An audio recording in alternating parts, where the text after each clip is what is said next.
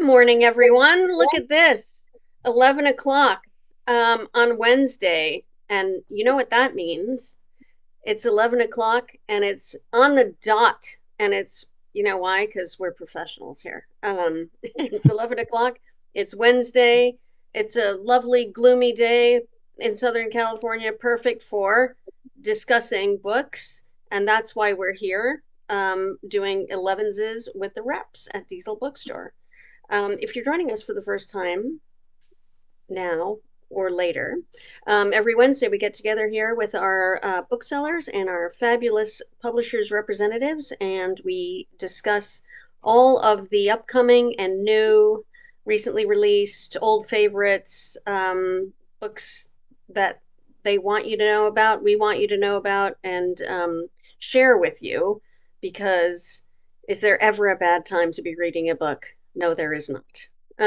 So grab your beverage or your snack. I do literally have an Elevenses drink right here. It's a cup of hot English tea. We're all set over here. I'm going to introduce our reps here in a second, and then we're going to get rolling with our discussion. But first, I want to tell you about what's coming up at Diesel tonight, actually, at 6:30 p.m. Tonight is April, it is April 16th, isn't it? So that's tonight at 6:30 p.m. Cal Hoffman will be with Air Gross discussing and signing Easy to Slip. So that's going to be tonight at the at Diesel in Brentwood at 6:30. And then next Tuesday, April 22nd at 6:30 p.m., Matthew Spector will be with Tom Bissell discussing and signing The Golden Hour, a story of family and power in Hollywood. That really sounds like fun. So come on out for that on Tuesday, April 22nd at 6:30 p.m. Joey, who is right on the spot there, has posted the link at the bottom there for all of our events coming up, not just the two that I told you about right now, but into the future. And we've got some exciting stuff happening. Independent Bookstore Day, lots of fun stuff coming up. So check that out. All right. And now we are ready to get into the meat of things here, or the plant-based meat of things. And joining us today to tell us all about their books is Shannon Grant from Simon and Schuster. Welcome, Shannon. Hello. Always great to see you. Will Gawronski from Columbia University Press Consortium, and batting cleanup, our returning champion, Tom Benton from Penguin. Thanks for joining us all today, our wonderful reps. I will be playing the part of your bookseller today. And so I also have a couple of books I want to tell you about. But for now, we're going to get started with Shannon. Okay, first up, I'm super excited to talk about Friends of the Museum by Heather McGowan. Did you read this one, Deborah? Yes, loved it. Loved it. Oh, gosh, it is. I mean, first of all, chef's kiss to that cover. I could stare at it all day. It's the best. Um, it is an unhinged 24 hours at a museum in New York. It's starts off being told by the director of the museum, who is awakened at, like, I don't know, 4:42 a.m. by a text. And then you just start on this roller coaster of a ride. It's time stamped at 24 hours. It's the day of the museum's annual fundraising gala, and it's told from all of these different perspectives, and you're just like plopped right into their narratives. But it's from the museum director to their lawyer to the costume curator and the line cook, and everybody has things going on. And it's just this like kind of kaleidoscopic, character driven crazy experience. I feel like once you start reading it, you can't. It is not a small book, but it's the pace just like because of this like time stamped kind of frantic narrative. You just keep flipping the pages, and so if you kind of want like this behind the scenes of an art institution, the characters, the inside, there's just so much to talk about, to love about it. I couldn't get enough of it. It's getting great blurbs. I know it's gotten a lot of bookseller love. I remember handing this out at the last fall show to people. It was like one of the ones that people were very excited about at our fall trade show. So I'm excited to have it out in the world. And I'm so glad to hear you read it and loved it, Deborah. I loved it. I think I reviewed it. I'm almost positive I You did. probably I did. may have. But I read it so long ago, and this is one of the sort of pitfalls of being a bookseller. Not a pitfall exactly, but you just want to talk about books that you've read. But I grabbed an advanced reader copy of this book because I mean, just look at the I know. cover. It's so great. It pulls you right in. And I said, this looks like fun, even though it is a substantial book. And I said, I've got to check this out. So I've been waiting, and this does happen quite often. I've been waiting a long time to talk about it and share it with people That's because so I did good. read it a long time ago. Yeah, it's been sitting there. But I have been telling people about it. It's really fun, so much insidery, but accessible kind of behind the scenes at the museum gossip sort of a Yeah. thing. Really going to be fun, but it's also just a caper in its way, and it just moves really fast and um, really, really readable. You won't notice the length at all, I don't think. No, because it does like flow at this kind of frantic pace. I Hmm. mean, whenever anybody, I know I already said that, whenever anybody asks, I'm just like, this is the most unhinged in the best way reading Yeah, experience. exactly. Um, And I think I forgot it went on sale yesterday, so brand new into the world.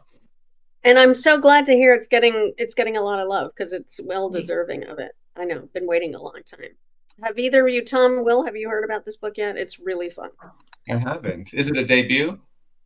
No, it's actually her third book, I want to Oh, say, but it's been quite a while, and I have to admit I haven't read her other two, but it's I'm talking a little. I'm talking about the Fredrik Backman next, and it's the same, and it's Fredrik's editor, same editor, Peter Borland. So Interesting, I he has great taste. for sure. All right. Thanks, Shannon. We're off to a flying start. Will, gonna go over to you. Okay. That does look really great. I'm excited to read that, Shannon. So thanks for bringing it up. Um, we have our sales conference coming up. Not so I'm leaving. It's in 2 weeks, so I leave the Saturday the 26th, I guess it is, on the red eye flight to New York. And I got a ticket to go to the Frick collection, which is just reopening this weekend. So I'm really excited about it, but they only give you a half an hour. Like they're really slotted times now, so you have to be there on time. You have to get out when you have to go. So they're Wow, just speaking of New York museums, but I'm very excited to see that. So a anyway, mad dash. right. Yeah. So I've got my first book is Perfect for a Gloomy Day, from University of Virginia Press. It's the new biography on Edgar Allan Poe. It's called Edgar Allan Poe: A Life. Wait for the cover; it's really beautiful. That is Um, beautiful. Look at this that. is my favorite jacket of this whole past season. It's raven wings, and it wraps around the whole cover, so it's on the spine and on the back, and it's just a really spectacular looking book. So this, I wish I had one to show, and I don't with me right now because it's out now, and it just looks gorgeous. It's a really substantial book. It's about 700 and some pages. It's written by Richard Copley, who is considered sort of the probably most respected Poe scholar in the US, maybe in the world these days. He's distinguished professor emeritus at Penn State, and he was just a couple of years ago given a Lifetime Achievement Award by the Poe Society. So he is very much in the know. The reviews for this have been great. It's people have called it definitive and magisterial. It got a starred review in Publishers Weekly and Kirkus, and a great review in the Wall Street Journal and the Washington Post. Because he's so connected to Poe scholarship and knows everybody, he was able to get access to many letters and documents that are in private hands that have generally not been included in biographies of Poe. So I think that's one of the things that makes this so unique as a book. But it reads beautifully. I haven't read the whole thing. It's pretty long, and I don't have a copy of the finished book, but I've read sections of it. And he just is a beautiful writer. So it's a very, cradle to grave biography and then some. And but it just completely reads as if you're reading a narrative novel. It just pulls you right in. And his story is, of course, fascinating. It's a beautiful book. It's on sale now. It's a little on the spendy side. It's $49.95, but I think when you see the finished book, it really doesn't sound that bad because it's a big and gorgeous book with also wonderful images throughout too. So I think it's going to be a big hit this spring and fall, summer. And Joey says over there that you can't tell, but it's gold foil against that raven wing, gorgeous. Yeah. I just, before we went live here, I just was reading an article, as one does, about corvids and how there's a new study about how they also are able to do geometry. So they're very, as a symbol, I think, imprinted in our consciousness, and Mr. Poe has a lot to do with that. And it's a really stunning looking book. And I don't know, I'd spend the money for it. Well, he is a fascinating character, and there's absolutely room for a new comprehensive biography of him. So really looking forward to this one, and I think it'll do well.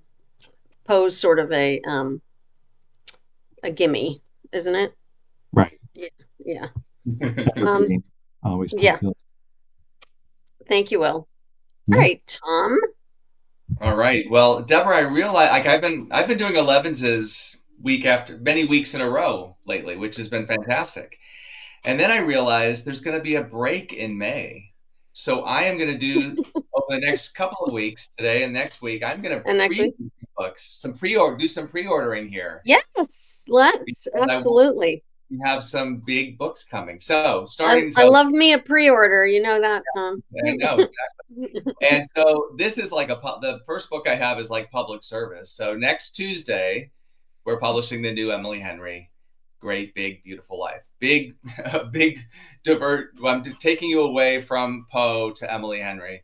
So this will be undoubtedly one of my biggest books of the year, if not the biggest book of the year. Emily Henry keeps getting more popular book by book. We have kind of, in a way, it seems to me, kept this one under wraps a little bit. Like, not a lot of people have read it. So when the book comes out, it's going to be even more of make a bigger splash, I think. And no surprise, she's come up with a great premise. So you have Alice Scott, who's an optimist, and she's a writer looking for a big break. Then you have Hayden, who is a Pulitzer Prize winning, we call him a human thundercloud. So, okay, there you go, a human thundercloud. So these are two opposites who find themselves on an island, both looking to write a biography of a woman named, she's an octogenarian who is famous. She's a tragic heiress. She's a former tabloid princess, daughter of one of the most scandalous families of the 20th century, and she's a recluse. And she decides these two very different biographers, she's going to test them for a month, and she'll choose which will be the one to do her biography. So lots of strains running through this romance. And the book's getting amazing. It seems like the best reviews of her career. PW says there's plenty of Henry's trademark wit and even a hint of mystery as the sparring hearts probe the veracity of Margaret's tales. This is a stunner. And Kirkus says both a steamy romance and a moving look at the sacrifices people make for love. So this is going to be, for Emily Henry's already established big audience, and I think a lot more people are going to come to this book when we publish it. So next Tuesday, pre-order it, look for it. Great Big Beautiful Life. And I think there's like publication parties happening all over the place. Yeah, parties. There are breakfast parties. There are all kinds. Right. Joey says they wanted us to do a midnight party, but we're not doing a midnight party. Yeah, they want. That's right. It's just they can get it in the morning. Of course, it's going to be huge. It's Emily Henry, but I do want to say one thing about Emily Henry, and the way that I came to read Emily Henry for the first time was another bookseller. Actually, it was Louisa Smith up there in at Book Passages. She's also editor of Scarlet Mysterious Press. Louise is a longtime book person, and she had posted something about she was in it does happen to us when we get overstuffed with books. At a certain point, you have like a book crash sometimes, and you can't find yourself unable to read things. But she said the book that sort of got her back on track was Beach Read. It was Emily Henry. Yeah. And I thought to myself, all right, I'm gonna check this out because I respect very much what Louisa says. And so I picked it up, and I really understand it why. And the sort of space that Emily Henry fills. And it's that kind of thing. It can bring you back. Yeah. Or it can, I have so many times readers have come in and they love Emily Henry because it takes them away. It's not demanding if you really feel overwhelmed and you just want something to make you feel good, wrap you in a story. She can really do that. And so I think, and of course she went from paperback originals to hardcovers, and there's no stopping her. So definitely right, exactly. So definitely a big it's the 22nd, right? The next Tuesday. All right. And the other thing I love about her is that books play a role in all of her books, like the world of books. Yes, exactly. We all love them, and I think that's a big part of her appeal too. And she's not just a commercial hit, success, breakout. She really is she's an indie favorite, and that's part of what broke her out. And we have great respect for that. We do. Thank you, Tom. Well, that's a big one. I am going to talk now about a book which I would like to see be a big one, A Hole in the Story by Ken Kalfus. And I sort of have been reading Ken Kalfus for a long time, but he's kind of below the radar. But I don't know. Hopefully this one will move him a little bit. It's gotten some amazing reviews. It came, I believe it went on sale on April 1st. So the story is pretty simple. The reason I picked it up as an advanced reader copy was because I do like his writing, but it sounded really interesting to me. And the story is a journalist in the time of when Me Too was just sort of happening around 2017, 18, and he's reading and he sees a story about his former mentor and editor being accused of sexual harassment by a former colleague of his. So he starts digging into the story and finding out more. And a lot of this is told sort of in an epistolary way through emails and posts and that kind of thing, text messages. But it's revealed, or he reveals, because the whole thing is from his point of view, that he also had a relationship with this woman at around the same time. What develops over the course of the book is the contrast between what he feels was the relationship and what she feels was the relationship. So it's sort of an unraveling of all of these layers of what was going on at the time, how they moved through it together, and what the consequences of all of that are in the present time. It says a lot about memory and how that can be unreliable, but also it really digs in a deep and very realistic way into attitudes and how those can influence actions, and just how one thing or a relationship can be viewed so differently by the two people in it. So it's a really interesting examination of the Me Too movement, of all of that, but also just a really fascinating look inside this character's mind. And it's not necessarily sympathetic or unsympathetic, but it really allows you, the reader, to understand how things can be completely misconstrued, or what you think is harmless is really not at all. But fascinating, really interesting. I think I just made it sound really boring. It's not. Because it was It sounds really good, Deborah. I've never read him before. It's fascinating. He's great. He's a great writer, and it's a super interesting story. And I was really kind of blown away by how deeply he managed to get in there and deconstruct the whole thing. So highly recommended. That's my book. Back to you, Shannon. My list. Okay, well, I tipped my hat earlier, but I am going to talk another pre-order for you. This is coming out on May 6th, but the new Fredrik Backman, My Friends, is coming, and I could not be more happy. #1 indie next pick for May. Hooray! It's very exciting. I feel like Fredrik Backman just somehow has the magic to meet the moment. We published Anxious People like right into COVID, and it felt like the book that everybody needed at that time. And it just sold like crazy. And this, I hope, does the same. It feels like it did it for me.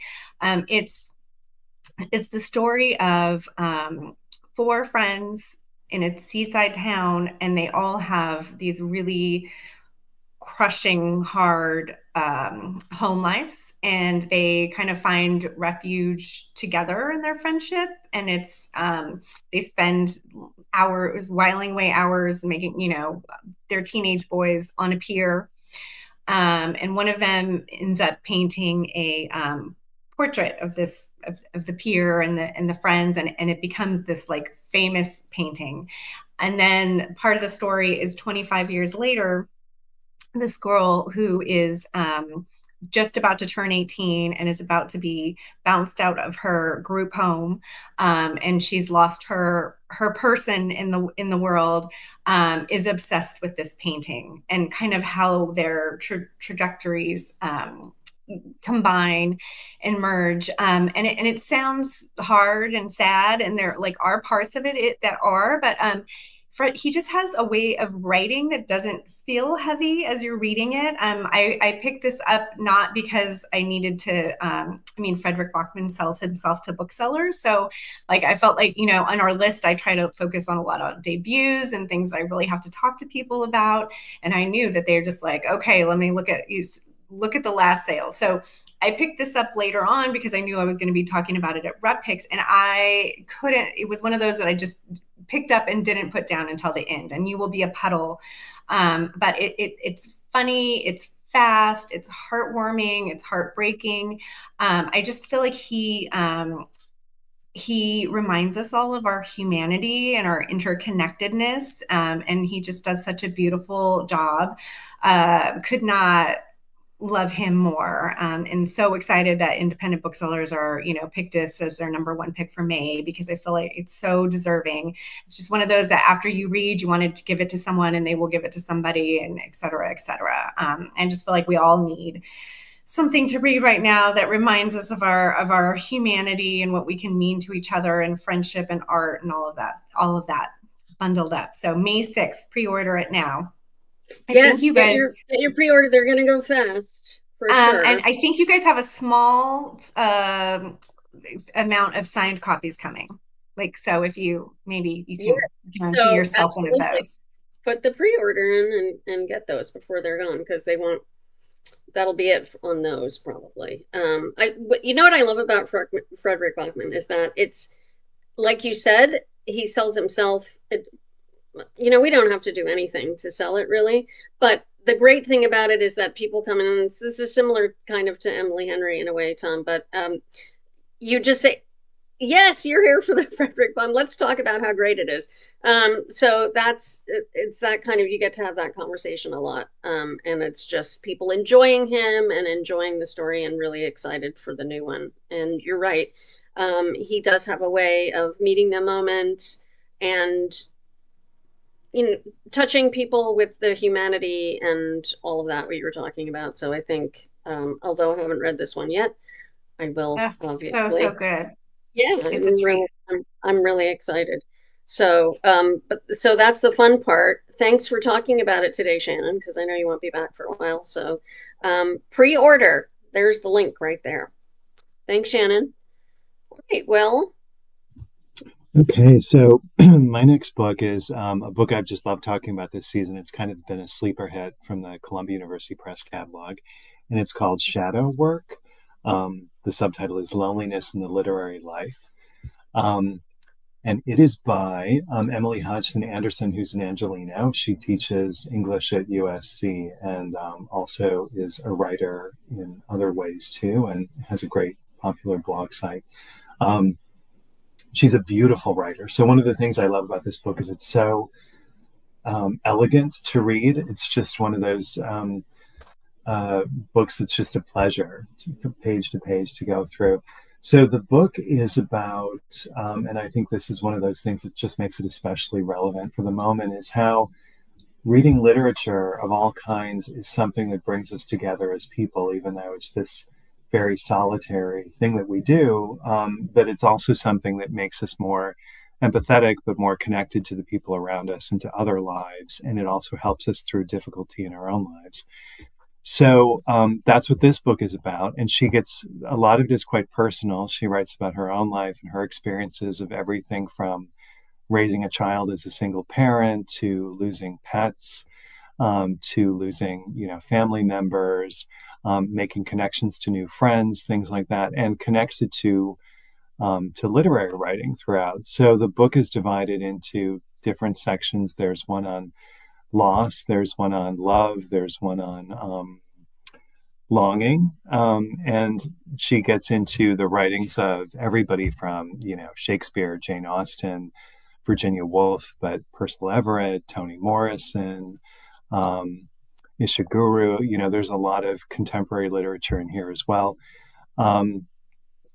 And for us, I think for people who are in our world, our kind of bookish world, it's just such a pleasure, and it seems kind of obvious to us, but it isn't to everyone else, that reading literature is something that is so enriching to our lives, and that actually does kind of help us to understand other people and where they're coming from and what their issues are. So one of the things that I've been saying about this book too is I think it would make a really nice gift for someone if you're getting a book for someone who you don't know exactly what they want to read, but maybe they're going through a hard time in their life, or they've lost somebody, or they're going through some difficult adjustment, change, or a move, or something like that. This is a thoughtful thing because it's got a little something for everyone in it, and it's just a book that reminds you of the beauty of literature and what it does for all of us. So this just came out, so it's out now. It's a paperback original, and check it out. I will. I think that this, as you said, a wonderful gift, and I think it is one that I will gift to myself, because I really, really need to have this book in my life, and I have not seen it, but I have to have it. It's wonderful. I really love that, and I've noticed that this is kind of a mini trend. Writers, and especially writers with very sort of poetic voices, writing about their own experience, but also tying it to other literary works. And I couldn't love this more. It's meta in its way, but it's also just really, really deeply enjoyable to read. I finished recently a book called Sad Tiger by Nej Sino, which is really like an entirely very difficult subject matter, but she also ties it to literature, and that it makes it even deeper and more interesting. But this looks absolutely fabulous. I love the title, and I love the idea. So, a great pick. You've sold another book to me, Will. Thank you. All right, over to you, Tom. All right, my next book was a real surprise to me. It's a debut. It's called Ruth Run by Elizabeth Kaufman, and it is a total page turner. This is about a 26-year-old Ruth who you really fall in love with. She's a character that I couldn't get enough of, and she has been working in government. She designs microchips, and but she's really you can tell from the flashbacks. We meet her kind of right in the middle of things, but you can tell that the people she worked with in government, the men she worked with in government, they were a little bit slimy, and she decides about over a 5-year period she is going to do some old fashioned bank robbing. She siphons off $250 million out of the banking system using her hacking skills, and it's all going really well until at the beginning of the book, the she has a chip in the firewall or whatever that when the powers that be, the government gets through that and they realize what's happening, she has to run. And so the book is it's a caper. You get these men you get both perspectives. You get Ruth's perspective as she's running, as she's driving, trying to elude them, and the men that are after her, and they're a little bit. There's a lot of interesting gender stuff happening here, and it's like a Coen Brothers movie. It's funny, it's fast. Really super entertaining, and I don't know anything about the author except that she comes out of the world of designing these chips, and I think government work as well, so I think she knows the world she's writing about. But also I love that she doesn't come out of a writing program. I think this was just a book that was discovered by the editor at Penguin Press at a writing conference. He read a piece of it, liked what he read, and now we have the book. So I want more from her. I'd love more about Ruth. But this was out yesterday, and can't recommend it enough for a really fun, fast read. Ruth Run. How have I missed this? This really sounds like great. It's your fault, Tom. I am. Definitely. No, this sounds. How fun is this? I love anything that has to do with like bank robberies. Yeah, I know. Don't know why. It's like nuns. If there's and clowns, if there are nuns, clowns, and or bank robbery. And it doesn't. I didn't mention this is also the West, so it starts off in California, I think like Sacramento area, but then when she's on the run, it's even into like Wyoming, and so. Yeah, I love books about the West too. Yeah, absolutely. This is so much fun. Is it on sale now already? On sale yesterday, yeah. On sale yesterday. Okay. Yeah. I have to track this one down. And also because I know you love connecting these books to TV shows, Tom, especially foreign ones. There's an Israeli TV show, and I cannot remember the title of it. Somebody will come up, based on a real story that really happened. This woman who defrauded. She actually collapsed a bank in Israel. She was siphoning money out of the bank. She had a brother with a gambling problem. It was really the whole family. It was, but it's this unbelievably dense TV show. Joey, find it for me. Israeli TV show about this, how this happened, and what ultimately happened for these people. But it's fascinating Yes. because and how long that they managed to get away with it. But all right, not to take to sidetrack. This looks absolutely great. I can't Yeah, wait to read it. It really looks like fun. really fun. Yeah, thanks, Tom. All right, my second book is actually very different from the first book I talked about. Oh, thank you, Joey. It's called Embezzlement. Yes, check that out. I think we saw it on MHZ, but you can find it somewhere. I think you'd like that, Tom. I think you'd like that show. It was really good. So I'm going to talk about my next book is called Lucky Night by Eliza Kennedy. It's very different from. It's much less sort of thinky than the Ken Kalfus book, but it also um, depicts a really difference in like consciousness between two different voices. So the basic premise here is this couple, they get together at this brand new high rise in New York hotel, very, very fancy, and they're on some ridiculously high floor, like 40 something. And they get together for this, they're having their tryst weekend, special weekend in the middle of winter. But the catch is they're married, but to other people. So they've sort of been, nobody knows where they are because they're not where they told their people that they would be. So they're in this new place, and they get together. They've been sort of meeting like this, but they're kind of wondering if like maybe it's, it might be petering out, this whole thing. But anyway, there they are, and the fire alarm goes off, right? So at first they ignore it, as you would if you were in that situation. But then it becomes clear that there is actually a massive fire in this brand new high-rise hotel, and it's moving up floors, and they're watching on their phones and on TV, and they're seeing people. It's like this surreal experience. They're seeing people unable to put this fire out, and it's moving up towards them. So the novel alternates in point of view between her point of view and his point of view. And how, as the danger becomes real to them, and they finally realize that there's may not be a way out for them, how they're different perspectives, the way they talk to each other, but also how they think about each other, their families, what they're doing, everything, and the difference, the contrast in between their points of view. So I this is wouldn't normally be the kind of thing that I would pick up, but I read it all. I was feeling I was sick. I had some sort of horrible virus, and I picked it up, and I could not put it down until I finished it. It was really absolutely it was super compelling.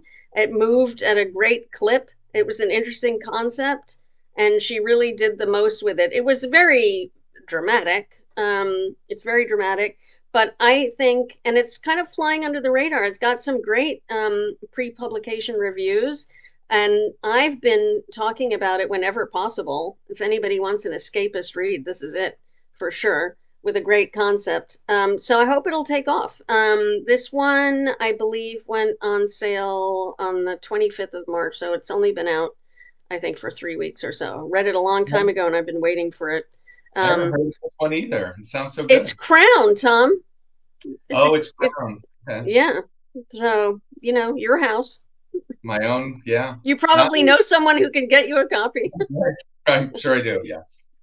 Sounds great. Anyway, really wonderfully escapist read, and you legitimately don't know how it's going to turn out till the last second. So that's my second book.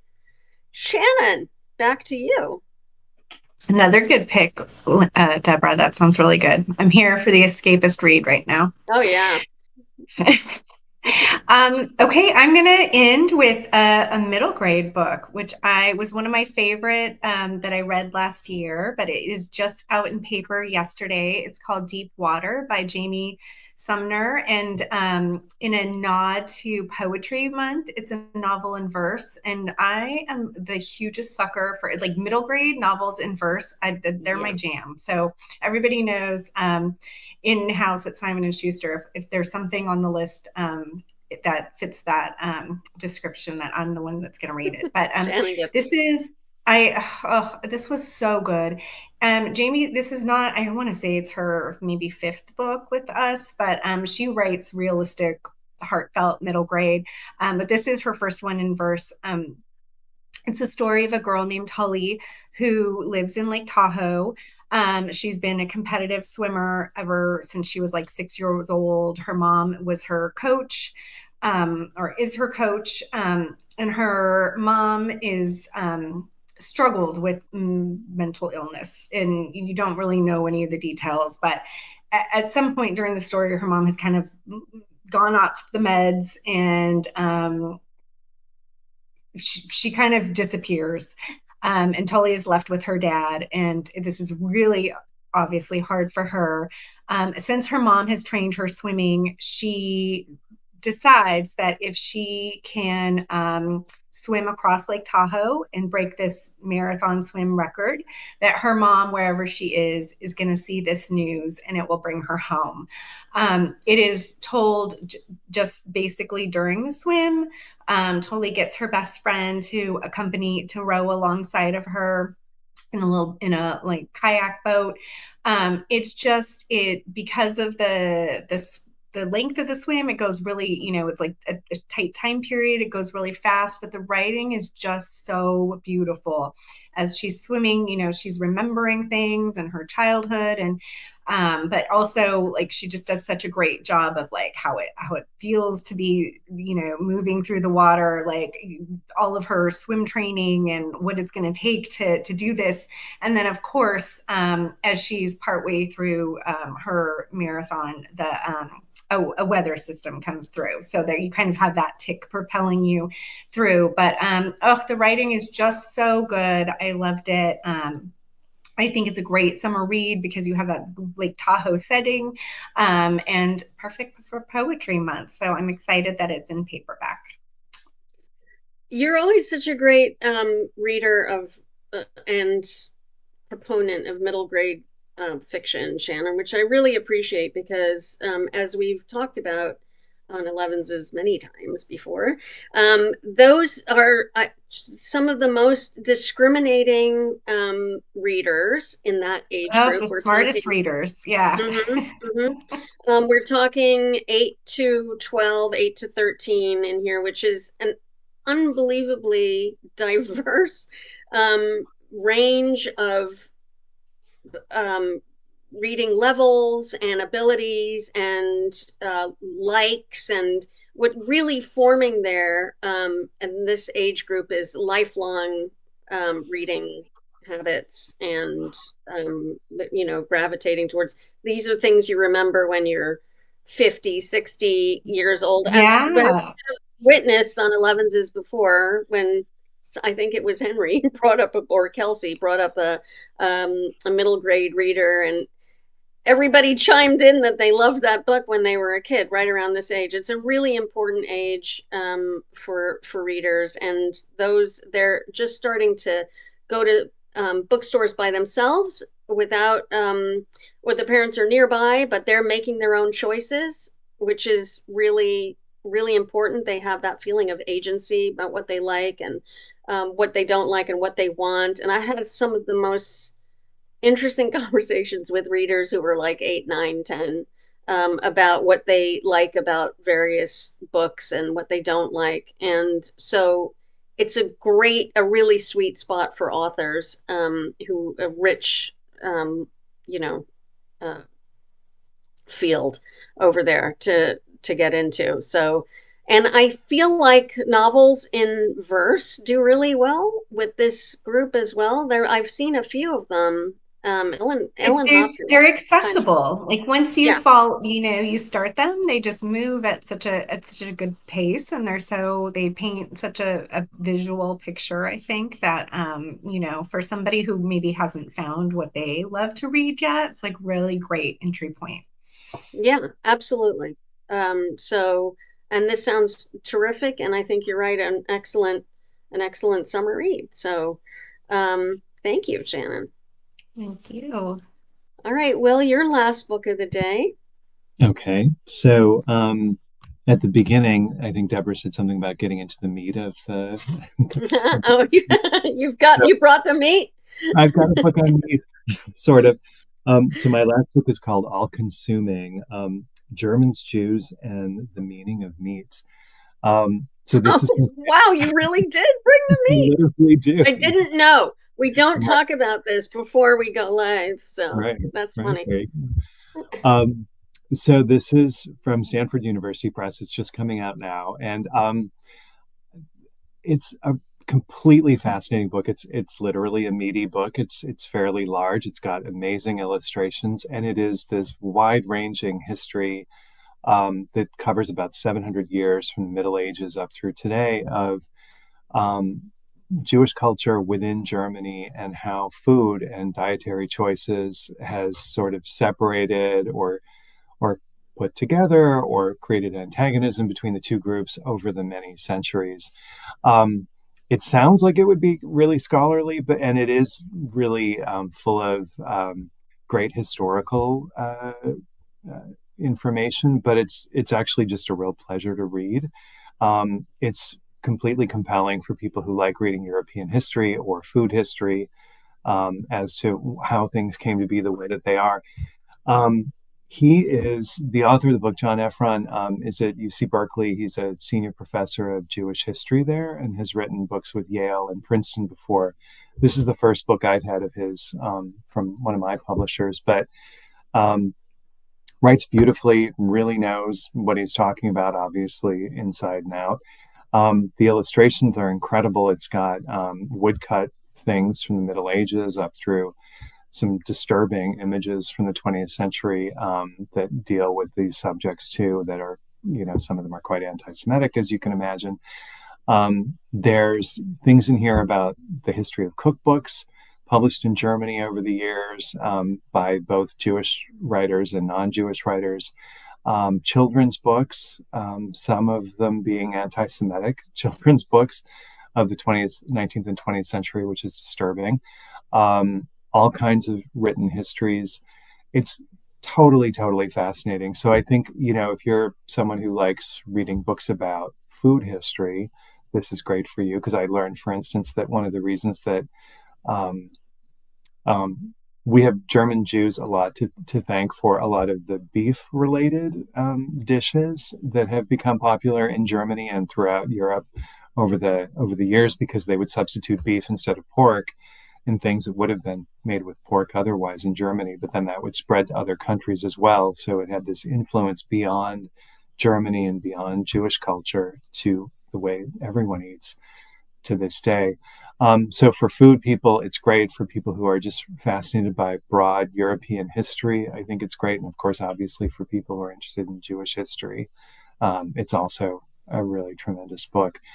Just coming out now. The author's doing some events up in the Bay Area, but then I know he's coming down this way too to do some things. He's got City Lights and something in the East Bay coming up very soon, and then he'll be down this way shortly. Totally fascinating. Well, Right. yeah, in so many different ways. I several years ago edited a book called "How Jews Became Germans," which how Germans became how Jews became Germans. Sorry, which talks about the interconnectedness in a certain period of history of Jews in Germany and the cultural melding and what happened, what it evolved into. This is prior to World War I, even, and then through after World War II, and what it became. So the interconnectedness between these two cultures, or it was one culture at a certain in a certain period. So this is a really fascinating look into this, the culinary aspect of it, which sheds light on the rest of it. So definitely something I would be interested in reading, having already looked at that. But meat, literally, okay? Yeah. Literally meat. Right. So interesting. And the cover looks great too. So Yeah, there's illustrations in there too. That sounds wonderful. So yeah, beautiful looking package for it. yeah. Thank you, Will. Sure. All right, Tom Benton, let's All bring right. it home. I have a book that when you're done reading about the history of food, this is sex and religion, sex, the history of sex and Christianity. It's Lower Than the Angels, A History of Sex and Christianity. And Wow. This is a classic Viking nonfiction book. This is Diarmaid MacCulloch.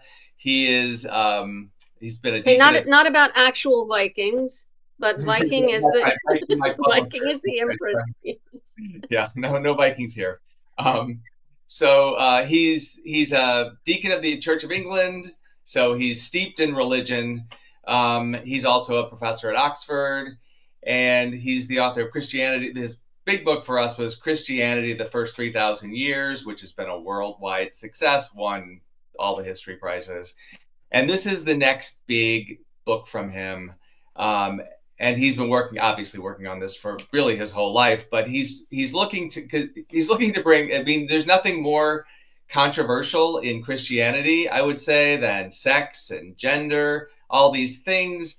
And the pieces of the book and what comes through the stories from throughout the history of Christianity is that there's never been none of these issues have ever been settled. It's always been moving and changing and evolving.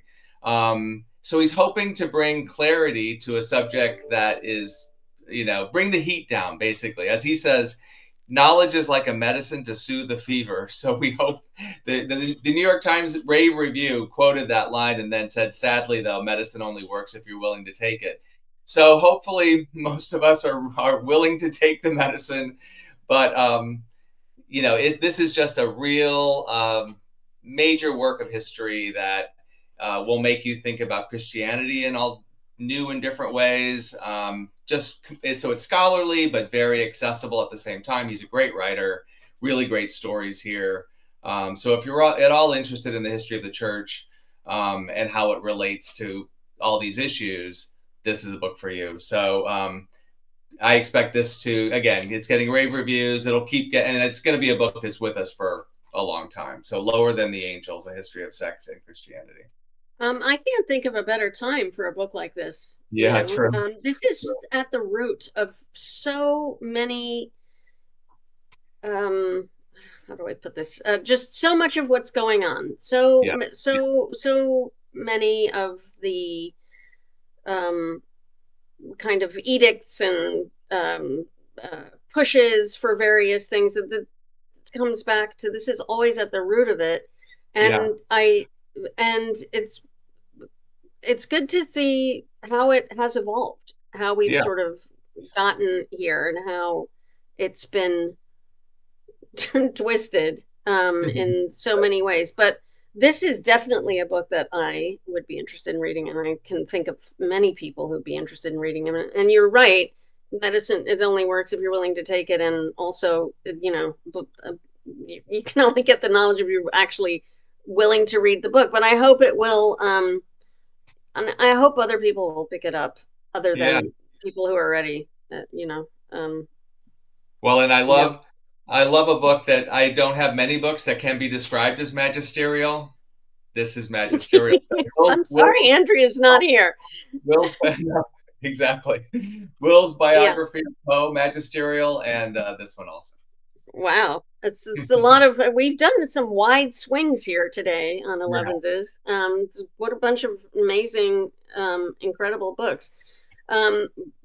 Digging deep, and then I feel like we started on the cells itself, and then we drilled way down into meat and sex. So there you have it. Sorry, Tom. Religion. Yeah, and religion. Yeah, absolutely. We got quite a few of them. So I want to thank you all for bringing such totally fascinating books today. Really, really interesting, and what an amazing range. So I really appreciate it, all of you, for being here today. Shannon Grant from Simon and Schuster, Will Gawronski from Columbia University Press Consortium, Tom Benton from Penguin, who will be back next week, Joey behind the scenes with the links to everything, and everybody who tuned in to watch us today. Thank you so much for your time and for joining us. We will be back again next week with more books, more reps, more booksellers, and much, much more to talk about. It's we're into the spring here, with bells on. A lot of great books coming. It's hard to keep up. So thanks, everybody. Have a great week. We will see you next week.